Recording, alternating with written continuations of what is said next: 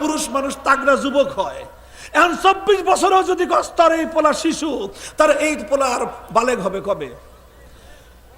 যেই পাকিস্তান 24 বছরেও তার শৈশবকাল অতিক্রম করতে পারে নাই, 24 বছরেও জাতির সঙ্গে কৃত আল কোরআনের শাসন কায়েম করবার অঙ্গীকার বাস্তবায়ন করতে পারে নাই, বাংলার মুসলমানরা বলেছিল সেই অকার্যকর, সেই বাতিল পাকিস্তানের প্রয়োজন নাই, ভেঙ্গে টুকরো করে দাও। আমি এখন আপনাদের সম্মুখে অল্প কিছু সময়ের জন্য উপবিষ্ট হয়েছি। সুনির্দিষ্ট কোরআনে পাকের একটি আয়াতকে সামনে রেখে কিছু কথা আলোচনা করব।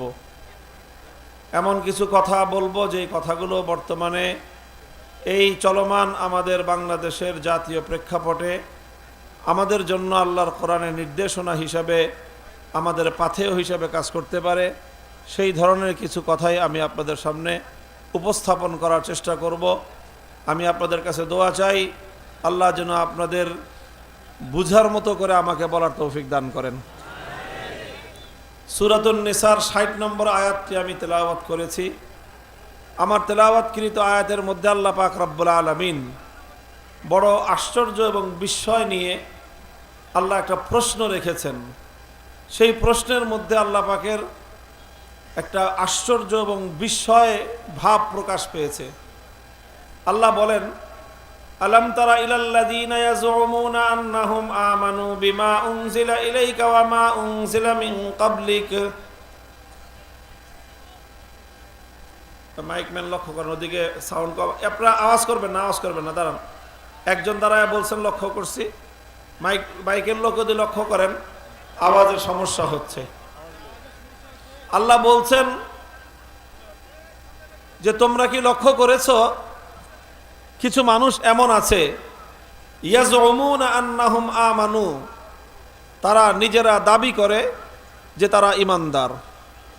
কি বললাম? যে কিছু মানুষ এমন আছে যারা দাবি করে তারা ঈমানদার, তারা মুমিন, দাবি করে তারা মুমিন, অথচ এরপর আল্লাহ বলতেছেন ইউরিদুনা আন ইয়াতাহাকামু ইলাত তাগুত, তারা নিজেদেরকে ঈমানদার বলে দাবি করে অথচ তারা তাগুতের সিদ্ধান্ত এবং তাগুতের বিচার চায়। তো আল্লাহ বলেন যে এটা কি করে সম্ভব? আচ্ছা বলেন তো, রাতের অন্ধকার আর দিনের আলো এক জায়গায় জমায়েত হতে পারে? একটা সময় এমন হতে পারে যেই সময়টা রাতের অন্ধকারও থাকবে, দিনের আলোও থাকবে, হতে পারে? রাত আর দিন একই সময়ে একত্রিত হবে সম্ভব? রাত আর দিন যেমন এক জায়গায় একত্রিত হতে পারে না এক সময়ে, রাতের অন্ধকার এবং দিনের আলো যেমন একত্রিত হতে পারে না, ঠিক তদ্রূপ একজন মানুষের ঈমান এবং তাগুতের বিশ্বাস একত্রিত হতে পারে না। কোন মানুষ যদি আল্লাহর উপর ঈমানদার হয়ে থাকে, তাগুতকে অস্বীকার করতে হবে। কেউ যদি তাগুতকে স্বীকার করে, আল্লাহর উপর ঈমানদার হতে পারে না। অথচ আশ্চর্যজনক বিষয় হলো, আল্লাহ বলতেছেন আমি না, দুনিয়ার কোনো আলেম না, দুনিয়ার কোনো মানুষ না, এমনকি নবীও নন, বরং স্বয়ং আল্লাহ বলতেছেন আশ্চর্যজনক বিষয় হলো কিছু মানুষ নিজেদেরকে ঈমানদার বলে দাবি করে অথচ তারা আবার তাগুতের কাছে বিচার চায়, তারা তাগুতের কাছে ফয়সালা চায়, তারা তাগুতের কাছে সিদ্ধান্ত চায়। এটা কেমন করে সম্ভব? তুমি ঈমানদারও হবা, তুমি তাগুতকেও বিশ্বাস করবা, এটা কশ্চিনকালেও হতে পারে না। কোরআনে পাকের মধ্যে আল্লাহ পাক রব্বুল আলামিন পরিষ্কার বলে দিয়েছেন বিভিন্ন আয়াতের মধ্যে। আল্লাহ বলেছেন ক্বাদ তাবায়্যানার রুশদু মিনাল গায়্যি ফামান ইয়াকফুর বিত-তাগুতি ওয়া ইউমিন বিল্লাহ। তাবায়্যানার রুশদু মিনাল গায়্যি, কোনটা সঠিক পথ কোনটা ভুল পথ পরিষ্কার হয়ে গিয়েছে, কোনো গোজামিল নাই, কোনো অস্পষ্টতা নাই। হেদায়েত কোনটা, গুমরাহি কোনটা, আলাদা আলাদা। একটা সাদা পরিষ্কার ধবধবে, আরেকটা কালো কুচকুচে কালো। এই ধবধবে সাদা আর কুচকুচে কালো যেরকম একটার সাথে আরেকটা মিলতে পারে না, ঠিক তদ্রূপ হেদায়েত এবং গুমরাহিও একত্রিত হতে পারে না। আল্লাহ বলছেন ফামাই ইয়াকফুর বিত্তাগুত ওয়া ইউমিন বিল্লাহ, যে আল্লাহর উপর ঈমান আনবে আর তাগুতকে অস্বীকার করবে সেই একমাত্র মুক্তি পাবে। তাগুতকেও মানবা, তাগুতকেও স্বীকার করবা, আল্লাহকেও বিশ্বাস করবা। এটা তো ওরকম হয়ে গেল যে আল্লাহ রাজি থাকুক, শয়তানও বেজার না হোক। কি বলেন? আল্লাহকেও রাজি করতে চায়, শয়তানকেও বেজার করতে চায় না। সম্ভব এটা? বলেন সম্ভব? অথচ এটাই আজকে আমাদের সমাজের অধিকাংশ মানুষের এটাই হয়ে গেছে তাদের স্বভাব। চরিত্র বললাম না, চরিত্র বললে আবার বেশি মাইন্ড করবেন। এটাই হলো আজকের অধিকাংশ মানুষের স্বভাব।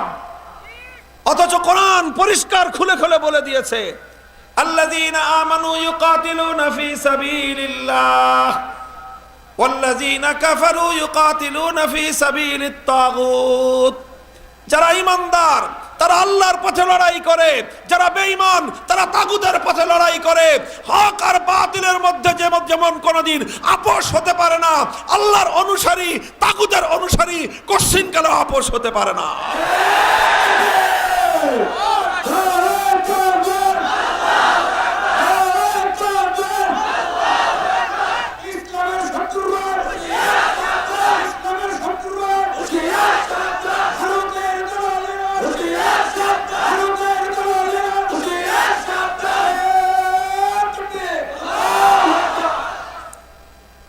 ভাই, ইসলামের শত্রুরা যথেষ্ট সাবধান আছে, আমরা একটু হুঁশিয়ার হওয়া দরকার।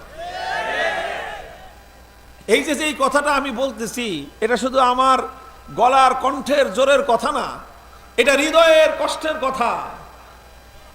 যে আমরা আল্লাহকে বিশ্বাস করি, আমরা ইমানদার বলে নিজেদেরকে পরিচয় দেই, বছর বছর হজও করি, অথচ তাগুতকে আমরা অস্বীকার করতে পারি না। এতটুকু ইমানের জোর আমাদের নাই। আল্লাহ পাক আমাদের সকলের মজবুত ইমান দান করেন। প্রশ্ন করতে পারেন যে তাগুত জিনিসটা কি? যে আল্লাহর উপর বিশ্বাস আর তাগুতের উপর বিশ্বাস একত্রিত হতে পারে না কেন? এই কেনর জবাব বুঝতে হলে আপনাকে তাগুতের পরিচয় জানতে হবে, তাগুতের ডেফিনিশন বুঝতে হবে। মা হুয়া তাগুত, মা মানাত তাগুত। মুহতারাম হাজিরিন, কোরআনে পাকের মধ্যে আল্লাহ পাক রব্বুল আলামিন এই তাগুত শব্দটা অসংখ্যবার ব্যবহার করেছেন, প্রয়োগ করেছেন। এই জন্য কদিমান ওয়া হাদিসান, সর্বযুগে যারা আল্লাহর কোরআন নিয়ে ব্যাখ্যা করেছেন, তাফসীর করেছেন, তারা সকলেই তাগুতের পরিচয় তুলে ধরেছেন। আমি সকল মুফাসসিরিনদের সকল আলোচনার জিস্ট এবং সারসংক্ষেপটা যদি সহজ ভাষায়, আমাদের ভাষায় যদি আমি বলতে চাই, তাহলে এভাবে বলা যায়। প্রথমে আগে একটা কথা বুঝেন, তারপরে তাগুতটা বুঝতে পারবেন। গায়রুল্লাহ বুঝেন আপনারা? গায়রুল্লাহ, হ্যাঁ গায়রুল্লাহ বুঝেন? কারা কারা বুঝেন হাত তুলেন তো। ওই যে কোনার দিক থেকে হাত আওয়াজ পরে উঠে, তার মানে ওখানে আওয়াজ পৌঁছতেছে না ঠিক মতো। আপনার মাইকের লোকেরা একটু খবর নেন, ভাই ওই কোনায় কেন আওয়াজ পৌঁছতেছে না। আপনারা ধৈর্য ধরেন, একটু ধৈর্য ধরেন, কোনো আওয়াজ করবেন না, সাউন্ড করবেন না, আমরা চেষ্টা করতেছি। তাহলে গায়রুল্লাহ কাকে বলে? গায়রুল্লাহ চিনেন? এই মহাবিশ্বের মধ্যে আল্লাহ ছাড়া বাকি যা আছে সব কি? চিৎকার করে বলেন, আল্লাহ ছাড়া যা আছে সব। একদিকে আল্লাহ আর একদিকে গায়রুল্লাহ, কথা ঠিক? তো আল্লাহ ছাড়া যা আছে সবই গায়রুল্লাহ। মানুষ গায়রুল্লাহ, ফেরেশতা গায়রুল্লাহ, আম্বিয়া নবী গায়রুল্লাহ, ওলি গায়রুল্লাহ, জিন গায়রুল্লাহ, আসমান জমিন গায়রুল্লাহ, সব কিছু গায়রুল্লাহ। আল্লাহ ছাড়া যা আছে সব গায়রুল্লাহ। তো কোন গায়রুল্লাহকে, কথা বুঝেন, এবার তাগুতের পরিচয় দিচ্ছি। যে কোনো গায়রুল্লাহকে, এদিকে তাকান, এদিকে এদিকে এদিকে, ওদিকে তাকালে ওদিকে আওয়াজ করবেন না কেউ, মেহরবানি করে কেউ কোনো দিকে আওয়াজ করবেন না। আওয়াজ ছাড়া যা করেন নকশা ফাটাফাটি করেন, কোনো অসুবিধা নাই, কিন্তু আওয়াজ করবেন না। লক্ষ্য করেন এদিকে, সবাই এদিকে, লিসেন মি, আমার দিকে তাকান এবং আমার কথা শুনুন মনোযোগ দিয়ে। খুব অল্প সময় আমাকে আপনাদের গুরুত্বপূর্ণ একটা মেসেজ দিয়ে যেতে হবে। আমরা সূর্যাস্তের আগে আমাদের ঢাকায় পৌঁছতে হবে, বুঝছেন কিন্তু ব্যাপারটা। কাজে আপনারা যদি এদিক সেদিক তাকান, সময় কিন্তু বসে থাকবে না। তাহলে আমি বলছি, যে কোনো গায়রুল্লাহকে যদি আল্লাহর আসনে বসানো হয়, যে কোনো গায়রুল্লাহকে যদি আল্লাহর স্থান দেওয়া হয়, তাহলে সেই গায়রুল্লাহকে তাগুত বলা হয়। কথা বোঝা গেল? যে কোনো গায়রুল্লাহকে যদি আপনি আল্লাহর আসনে বসান, যে আসনটা আল্লাহর জন্য নির্ধারিত, সেই আল্লাহর নির্ধারিত আসনে যদি আপনি কোনো গায়রুল্লাহকে বসান, সেই গায়রুল্লাহকে বলা হয় তাগুত।